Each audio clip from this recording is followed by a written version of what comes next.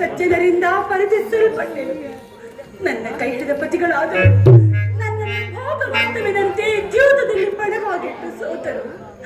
ಹಸ್ತಿನಾವತಿಯ ರಾಜಸಭೆಯಲ್ಲಿ ಸರ್ವರ ಸಮಕ್ಷ ಮಾತು ಶಾಸನದಿಂದ ಅಪಮಾನಿತನಾದೆ.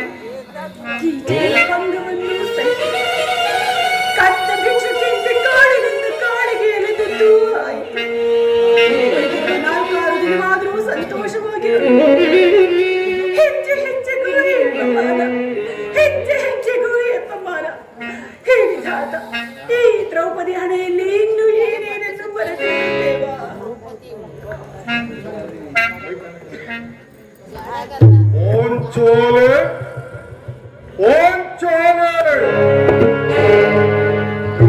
ಈ ರೀತಿ ಚಿಂತಾಮಗ್ನರಾಗಿರುವುದು ಪ್ರಿಯತಮೆ ಪ್ರಿಯತಮೆ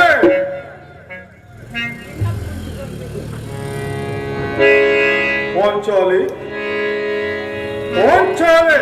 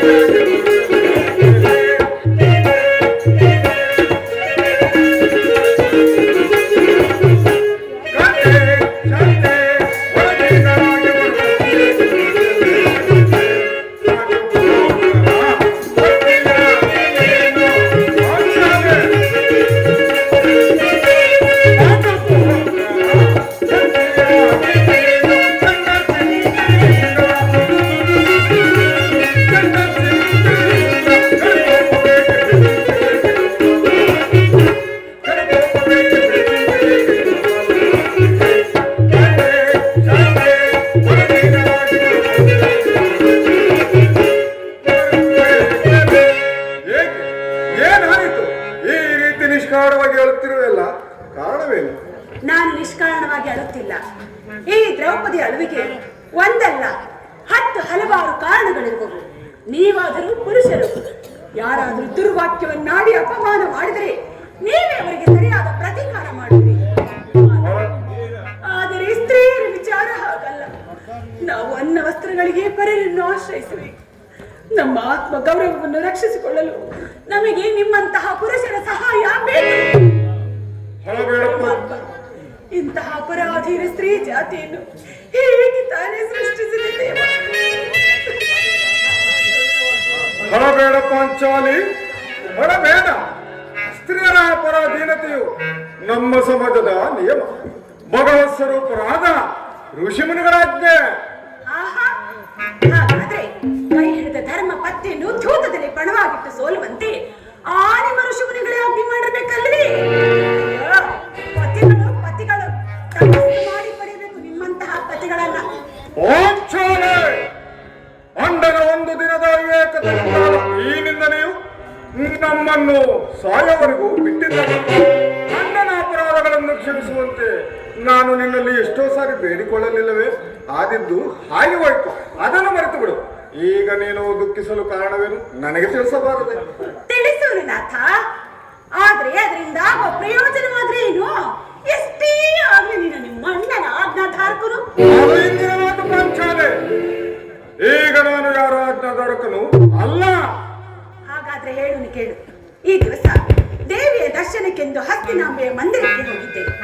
ಅಲ್ಲಿಗೆ ಆ ದುರ್ಯೋಧನ ಪತ್ನಿಯಾದ ಭಾನುಮತಿಯು ಬಂದಿದ್ದಳು.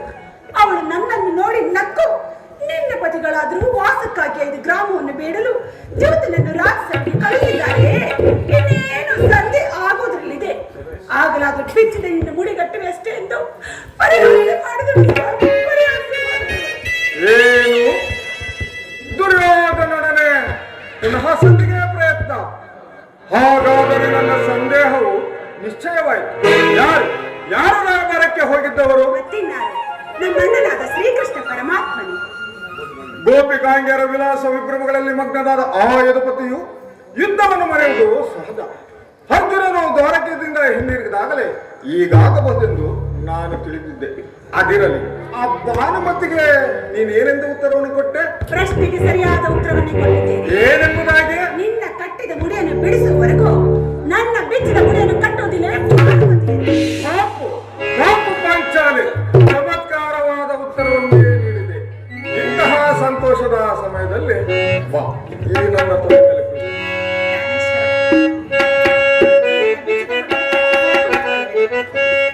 ಬೆಚ್ಚಿದ ಮುಡಿಯ ಕಟ್ಟಿಸುವ ಕಟ್ಟಿಸಿ ಕುಳಿತುಕೊಳ್ಳುವೆ.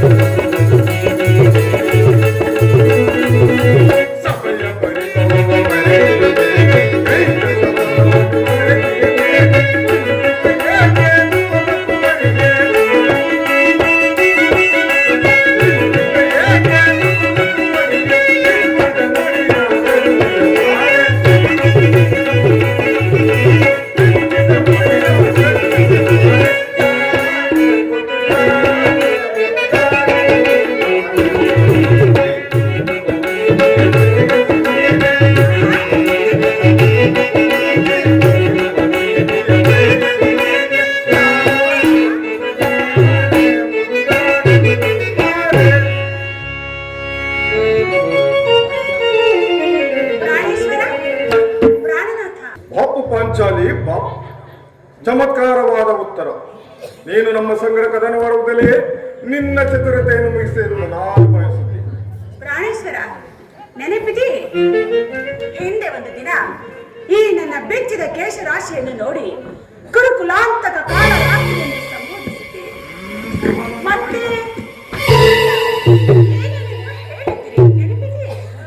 ಪುನಃ ನನ್ನ ಬಾಯಿಂದ ಅದೇ ಪ್ರತಿಜ್ಞೆ ವಾಕ್ಯಗಳನ್ನು ಕೇಳಿ ಲೆಕ್ಕಿಸುವ ಮಾಡಿದ ಪ್ರತಿಜ್ಞೆಯನ್ನು ಮರೆಯುವಂತಹ ಹೇಳಿಯಲ್ಲ ಈ ಪ್ರಚಂಡ ಭೀಮ. ಹೇಳಿದಂತೆ ನಡೆದುಕೊಳ್ಳಬೇಕೆನ್ನುವುದೇ ನನ್ನ ಇಚ್ಛೆ. ಆದ್ರೆ ಏನ್ ಮಾಡುದು? ಎಷ್ಟೇ ಆಗಲಿ ನೀನು ನಿಮ್ಮ ಅಣ್ಣನ ಆಜ್ಞಾಧಾರಕರು. ನನ್ನನ್ನು ಕೆಲಸಬೇಡ ಪಂಚಾಲೆ. ಈಗ ನಾನು ಯಾರ ಆಜ್ಞಾಧಾರಕರು ಅಲ್ಲ, ಶಾಂತಿಯನ್ನು ಬಯಸುವವರು ಸಂಧ್ಯಾ ಪ್ರಸ್ತಾಪದಲ್ಲಿದ್ದರು. ನಾನು ಮಾತ್ರ ಯುದ್ಧವನ್ನೇ ಆತುರದಿಂದ ನಿರೀಕ್ಷಿಸುತ್ತಿರುವೆನು. ಧರ್ಮ ಪಾಲನದ ಎದುರಿಸುವವರು ದುರ್ಯೋಧನ ಅನಂತ ಅಪರಾಧಗಳನ್ನು ಕ್ಷಮಿಸುವುದು. ಆದರೆ ನಾನು ಮಾತ್ರ ಕ್ಷಮಿಸುವುದಿಲ್ಲ. ಕೇಳು ಪಂಚಾಲಿ, ಕೇಳು.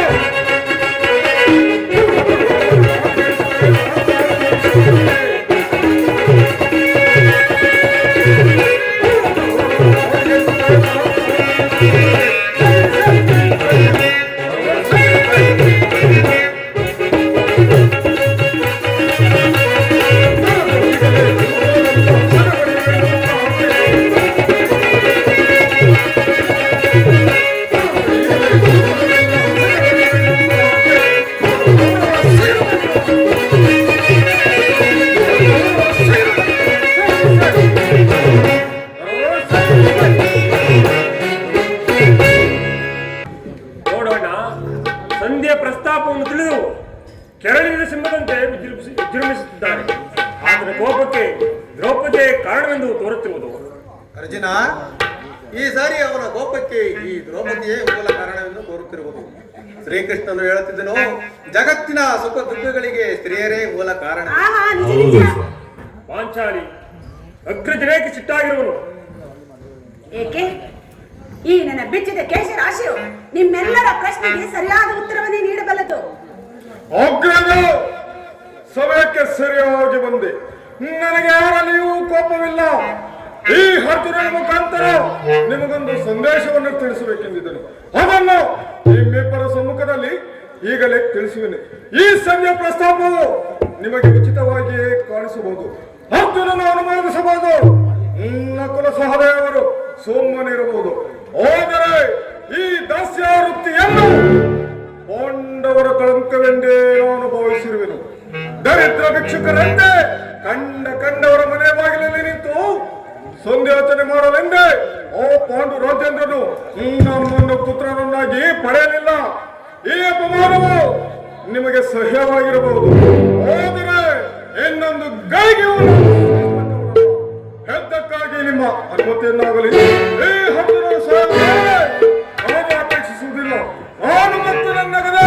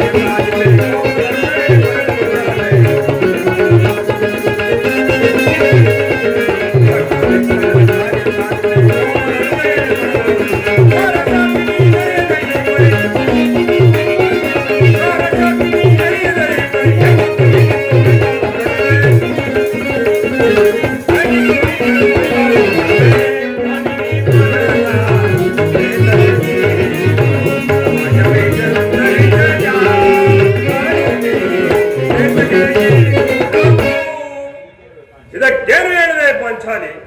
ಧರ್ಮ ಧರ್ಮವೆಂದು ಪರಿತಪಿಸುತ್ತಾ ಕ್ಷತ್ರಿಯ ಧರ್ಮವೇನೆಂಬುದನ್ನು ಮರೆಯುವುದು ನಿಮ್ಮೆಲ್ಲರಿಗೂ ಉಚಿತವೆನಿಸುತ್ತಲ್ಲವೇ? ಪಾಂಚಾಲಿ, ಯುದ್ಧದಂತೆ ಶಾಂತ ಸಂರಕ್ಷಣೆಯು ಕ್ಷತ್ರಿಯರ ಕರ್ತವ್ಯ.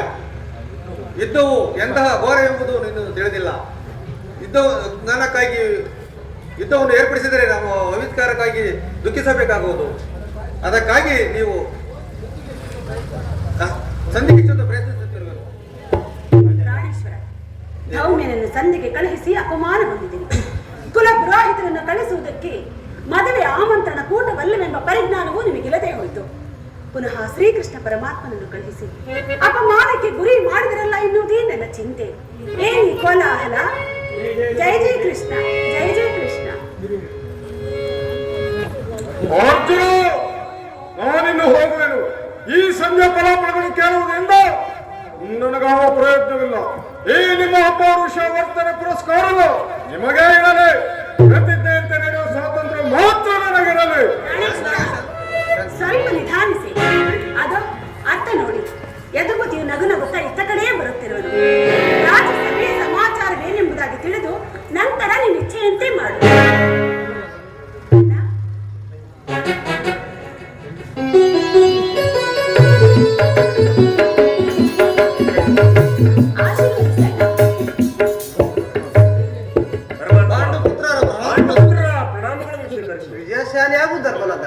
ಓಸುದೇವ, ಇದು ಈ ಭೀಮನ ಅನಂತವನ್ನು ನೋಡು. ನಿನಗೂ ಮಂಗಳವಾಗಲಿ ಪರಮಾತ್ಮ. ದೇವಕಿ ವರನಂದನ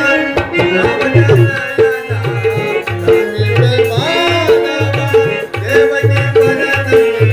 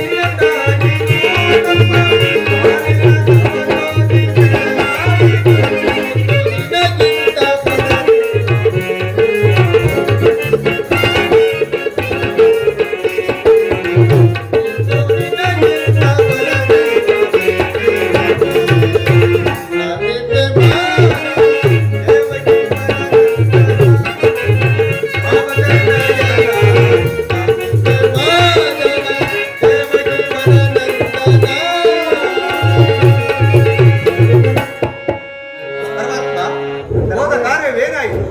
ಹೋದವರಾರು ಶ್ರೀಕೃಷ್ಣಲ್ಲವೇ? ಅಂದರೆ ಅಂದರೆ? ಎಲ್ಲವೂ ನಾನು ನಿರೀಕ್ಷಿಸಿದಂತೆಯೇ ನಡೆಯಿತು. ಭೀಷ್ಮ ದ್ರೋಣಾದಿಗಳನ್ನು ನನ್ನ ಬಹು ವಿಧವಾಗಿ ಉಪಚರಿಸಿದರು. ಸ್ವಯಂ ಧೃತರಾಷ್ಟ್ರನೇ ನನ್ನನ್ನು ಸನ್ಮಾನಿಸಿದರು. ಯದುಪತಿ, ಸಭೆಯಲ್ಲಿ ಏನು ನಡೆಯಿತು? ಸಂಧಿ ವಿಚಾರ ನಡೆಯುತ್ತೆ. ಓಹೋ, ನಡೆಯಿತು. ಪಾಂಚಾಲಿ ಎನ್ನಿರುವುದು ನನಗೆ ಸಾಧ್ಯವಿಲ್ಲ. ಅವರಿಚ್ಛೆಯಂತೆ ಅವರು ನಡೆದುಕೊಳ್ಳಲೇ ನನಗೆ ತೋರಿದನು, ನಾನು ಮಾಡುವೆನು. ಪ್ರಾಣೇಶ್ವರ, ನಿಧಾನಿಸಿ. ಅಣ್ಣನ ಮಾತಾದ್ರೂ ಮುಗಿಯಲಿ. ಏ? ನಿಮ್ಮಣ್ಣನ ಮಾತು ಮುಗಿಯದಲ್ಲಿ ನನ್ನ ತಾಳ್ಮೆ ಮುಗಿದು ಹೋಗುವುದು. ಯದುಪತಿ, ಸಭೆಯಲ್ಲಿ ಏನು ನಡೆಯಿತು? ಎಲ್ಲವೂ ನಾನು ನಿರೀಕ್ಷಿಸಿದಂತೆಯೇ ನಡೆಯಿತು. ನಾನಿನ್ನು ತಡೆಯಲಾರೆ. ಈ ನಿನ್ನ ಸಮಸ್ಯೆದ ಮಾತುಗಳು ನನಗೆ ಬೇಡ. ಅಗ್ರಜರ ಅಪೇಕ್ಷೆಯಂತೆ 5 ಗ್ರಾಮಗಳಿಗಾಗಿ ಸಂಧಿ ಆಯಿತು. ದೇವ ನಾನು ಹೋದದ್ದು ಅದಕ್ಕಾಗಿ ಅಲ್ಲವೇ ಭೀಮಸೇನ? ಕೃಷ್ಣ, ಈಗ ತಿಳಿಯಿತು ನಿನ್ನ ಅಭಿಮತ. ಹಿಂದೆ ಅಜ್ಞಾತವಾಸ ನೆಪದಿಂದ ಅರ್ಜುನನು ಹೊರಗಲ ಕೊಟ್ಟನು. ಈಗ ಈ ಸಂಧ್ಯಾ ನೆಪದಿಂದ ನಮ್ಮ ಇವರಿಗೂ ಸೀರೆ ನುಡಿಸಲು ಅವಳಿಸುತ್ತಿರುವೆಯ? ಯಾದವಾಗ್ರನೇ, ಈ ಪಾಂಡುಪುತ್ರನ ಮೇಲೆ ನಿನಗೇಕೆ ಇಷ್ಟೊಂದು ಆಕ್ರೋಶ? ಭೀಮಸೇನ, ನಿನಗಿಷ್ಟೊಂದು ಅಸಹನೆ ಏಕೆ? ಸ್ವಲ್ಪ ಸಮಾಧಾನ ತಂದುಕೊಂಡು ನನ್ನ ಮಾತನ್ನು ಕೇಳು. ನಿನಗೆ ಹೆಚ್ಚಿಗೆ ಸಂಬಂಧಿಸಿದ ವಿಷಯ. ಈ ಸ್ವಾಭಿಮಾನ್ಯ ಶೂನ್ಯವಾದ ಸಂಧಾನದೊಡನೆ ಈ ಪ್ರಚಂಡ ಭೀಮನಿಗಿಂತಹ ಸಂಬಂಧ ಅತ್ಯಂತ ನಿಕಟವಾದ ಸಂಬಂಧವಿರುವುದು. ಕೃಷ್ಣ, ಮುಂದೇನಾಯಿತು? ಧರ್ಮನಂದನ ನಿಮ್ಮ ಸಂದೇಶವನ್ನು ಸಭೆಯಲ್ಲಿ ತಿಳಿಸಿದರು. ಎಲ್ಲರೂ ಒಪ್ಪಿದರು. ಭೀಷ್ಮ, ದ್ರೋಣ, ಧೃತರಾಷ್ಟ್ರ ಇನ್ನು ಮುಂತಾದವರು. ಓ ದುರ್ಯೋಧನ, ಆತನು ಸಹ ಈ ದುರ್ವಾರ್ತೆಯನ್ನು ನಾನು ಕೇಳಬೇಕೆಂಬುದೇ ನಿಮ್ಮ ಇಚ್ಛೆಯಾಯಿತು. ಅದನ್ನು ಸಾಧಿಸು, ಬಹಳ ಚೆನ್ನಾಗಿ ಸಾಧಿಸು. ಸಹೋದರರೇ, ಈ ನಿಮ್ಮ ಅಪೌರುಷ ಫಲಗಳನ್ನು ನೀವೇ ಹೊಂದಿಸಿರಿ. ಅದರಲ್ಲಿ ಈ ಭೀಮಸೇನನು ಯಾವ ಭಾಗವನ್ನು ಅಪೇಕ್ಷಿಸಿದರು? ಯಾಜ್ಞಸೇನೆ, ನೀನು ಮಾತ್ರ ನಿರಾಶವಾಗಬೇಡ. ಈ ಭೀಮನು ಬದುಕಿದ್ದರೆ ನಿನ್ನ ಸೇಡನ್ನು ತೀರಿಸದೇ ಬಿಡಲು. ಭೀಮಸೇನ ನಿಜವಾಗಿ ಹಿಡಿಂಬಾಪತಿಯೇ ಸರಿ. ಇಷ್ಟೊಂದು ಆಕ್ರೋಶವಿಲ್ಲದಿದ್ದರೆ ನೀನು ಆ ರಕ್ಕಸೇನೆ ಹೇಗೆ ಆಳಲು ಸಾಧ್ಯ? ಕೃಷ್ಣ, ಸುಮ್ಮನೆ ನನ್ನನ್ನು ಕಾಣಬೇಡ. ಈ ಸಂಧ್ಯಾ ಸುದ್ದಿ ನನಗೊಪ್ಪದು. ನಿನಗೆ ಒಪ್ಪುವ ವಿಚಾರ ಹೊಂದಿರುವುದು. ಆ ದುರ್ಯೋಧನ ನಿನಗೆ ಒಂದು ಪ್ರೇಮಾದ ಸಂದೇಶವನ್ನು ಕಳಿಸಿರುವನು. ಏನು? ಆ ನನ್ನ ಕಡುವೈರಿಯಾದ ದುರ್ಯೋಧನನ ಸಂದೇಶ. ಅದರ ಉದ್ದೇಶವು ಸಂಧಿಯಾಗಿರಲಾರದು. ಏನ ಸಂದೇಶ? ಭೀಮಸೇನ, ಆ ಸಂದೇಶವನ್ನು ಕೇಳುವ ಇಚ್ಛಿದ್ದರೆ ನನ್ನ ಬಳಿ ಕೈಕಟ್ಟಿ ಕುಳಿತುಕೋ. ಎಲ್ಲ ನಿಂತಿದಂತೆಯೇ ಹೇಳಿಬಿಡು. ಇಲ್ಲವಯ್ಯ ಭೀಮಸೇನ, ನೀನು ಕೈಕಟ್ಟಿ ಕುಳಿತುಕೊಳ್ಳದ ಹೊರತು ನಿನಗೆ ಸಂದೇಶವನ್ನು ತಿಳಿಸುವುದಿಲ್ಲ. ಏ ಪರಿಹಾಸ್ಯವೇಕೆ ಕೃಷ್ಣ? ಪರಿಹಾಸ್ಯವಲ್ಲ ಭೀಮಸೇನ, ನಿನ್ನನ್ನು ಕಂಡರೆ ನನಗೆ ಭಯ. ಮೊದಲು ನನ್ನ ಕೈಕಟ್ಟಿ ಕುಳಿತುಕೋ, ಆಗ ನಿನಗೆ ಪ್ರಿಯವಾದ ಸಂದೇಶವನ್ನು ತಿಳಿಸು. ಇದು ನಿನ್ನ ಅಪೇಕ್ಷೆಯಂತೆ ಕುಳಿತುಕೊಳ್ಳುವೆನು. ಏನ ಸಂದೇಶ? ಅರ್ಜುನ, ಭೀಮಸೇನ, ಈಗ ನನ್ನ ಬಂದಿ ನೀನು. ಕ್ಷಣಕಾಲ ಮಾತ್ರ ವಾಸುದೇವ. ಈಗ ನೀವು ಕೋಪ ಮಾಡುವುದಿಲ್ಲವೇ? ಓ, ಹೋಗಲೇ. ಈಗ ಹಾಗಾದರೆ ನನ್ನ ಬಂದಿ. ಅದು ಕ್ಷಣಕಾಲ ಮಾತ್ರ ವಾಸುದೇವ. ಯಾಜ್ಞಸೇನಿ, ಸಮೀಪಕ್ಕೆ ನಾನು ಹೇಳಿದಂತೆ ಮಾಡಬೇಕು. ಅರ್ಜುನ, ಈ ಗದೆಯನ್ನು ಸ್ವಲ್ಪ ಸಮೀಪದಲ್ಲಿರಿಸು. ಯಾಜ್ಞಸೇನಿ, ಸಮೀಪಕ್ಕೆ ಬಾ. ನಾನು ಹೇಳಿದಂತೆ ಮಾಡಬೇಕು ಕಂಡೆಯ. ನಿನ್ನ ಮಾತನ್ನು ನಾನು ಎಂದಾದ್ರೂ ಮೀರಿರುವನೇ ಕೃಷ್ಣ. ಹಾಗಾದರೆ ತೆಗೆದುಕೋ ಈ ಹಗ್ಗವನ್ನು. ಈ ಹಗ್ಗದಿಂದ ನಿನ್ನ ಪತಿಯ ಕೈಗಳನ್ನು ಬಂಧಿಸಲು ಬರುವವನ್ನೋ ನೋಡೋಣ. ಬಂಧಿಸು. ಅಣ್ಣ, ಬಂಡಿ ಅನ್ನವನ್ನು ತಿನ್ನುವ ಈ ಚಂಡ ಭೀಮರನ್ನು ಬಂಧಿಸಲು ಸಾಯ್ತಿವೆ. ಎಂತ ಪರಿಹಾಸ್ಯ ಕೃಷ್ಣ. ಪರಿಹಾಸ್ಯವಲ್ಲ ತಂಗಿ, ಶತ್ರುಗಳ ಎಡೆಮುರಿಯನ್ನು ಬಿಡಿಸುವುದರಲ್ಲಿ ಮಹಾಪಂಡಿತೆಯಂತೆ. ಹಾಗೆ ಈ ಹಗ್ಗದಿಂದ ನಿನ್ನ ಪತಿಯ ಕೈಗಳನ್ನು ಬಂಧಿಸಲು ಬರುವವನ್ನೋ ನೋಡೋಣ. ಬಂಧಿಸು ತಂಗಿ. ಭೀಮಸೇನ, ಆ ಸಂದೇಶವನ್ನು ಕೇಳುವ ಇಚ್ಛೆ ಇದ್ದರೆ ಪಾಂಚಾಲಿ, ಪರಮಾತ್ಮನು ಹೇಳಿದ ಹಾಗೆ ನನ್ನ ಗುರುಗಳನ್ನು ಬಂಧಿಸು.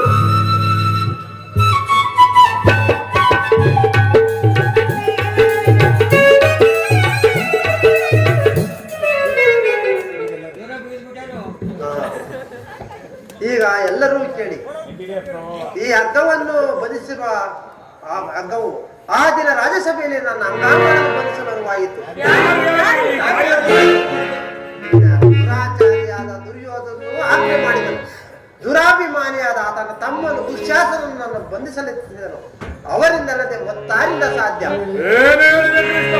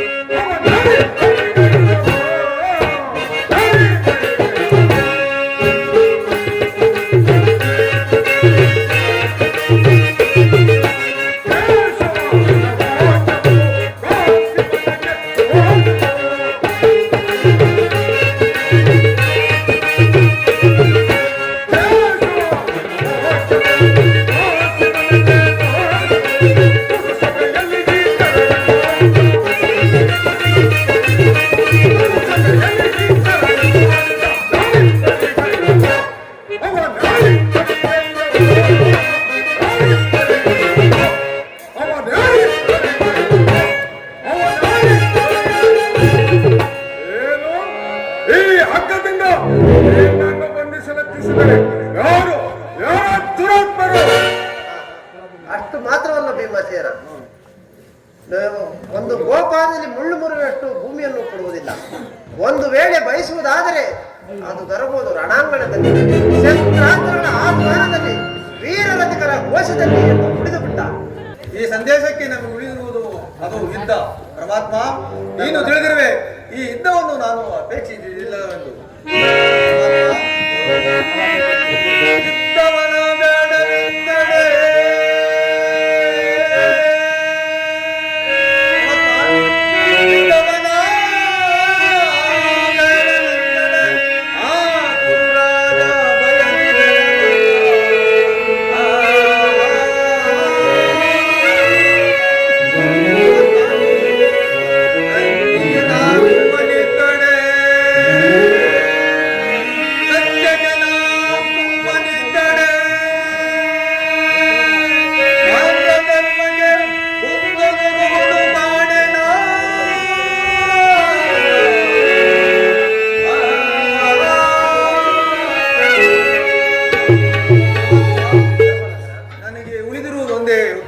ಅದು ಯುದ್ಧ.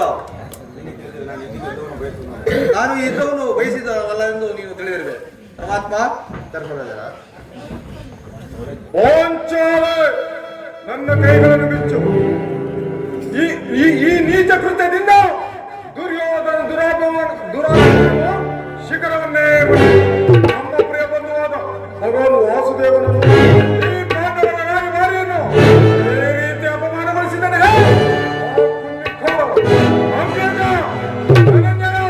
ಇದಕ್ಕೆ ನಿಮ್ಮ ಉತ್ತರವೇ?